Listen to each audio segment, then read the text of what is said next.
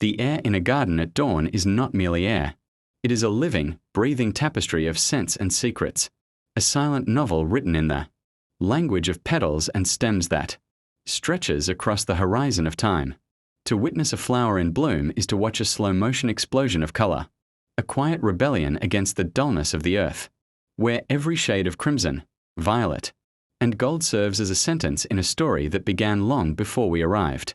Imagine a world where the sun rises and is greeted not by words, but by the unfolding of 1,000 red roses, each one a drop of the earth's own heart, pulsing with a passion that feels almost ancient. These reds are the opening lines of our story, bold and unashamed, reminding us that to live is to feel intensely, to burn with a desire that reaches for the light even when the shadows linger at the roots.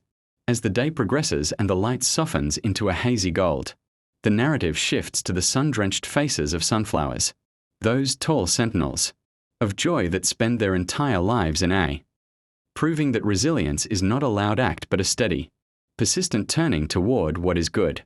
Their yellow is the color of a shared laugh, the warmth of a hand held in the dark, a stubborn refusal to let the gloom win.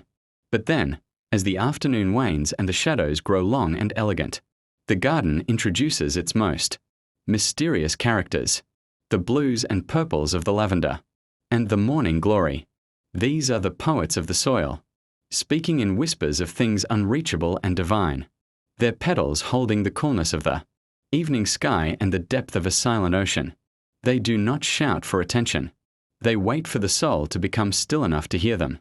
To walk among them is to read a chapter on peace, to understand that there is a quiet intelligence in the way a vine climbs or a bud waits for the perfect moment to reveal its inner self.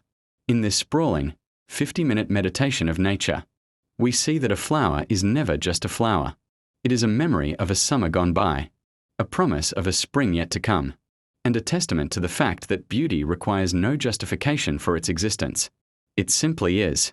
The pinks of the peonies speak of a soft, romantic grace, while the stark white of a lily acts as a pause, a breath of purity in a chaotic world. When all these colors bleed into one another at the hour of twilight, the garden becomes a symphony where every instrument is a different bloom, playing a song of transience and eternal return.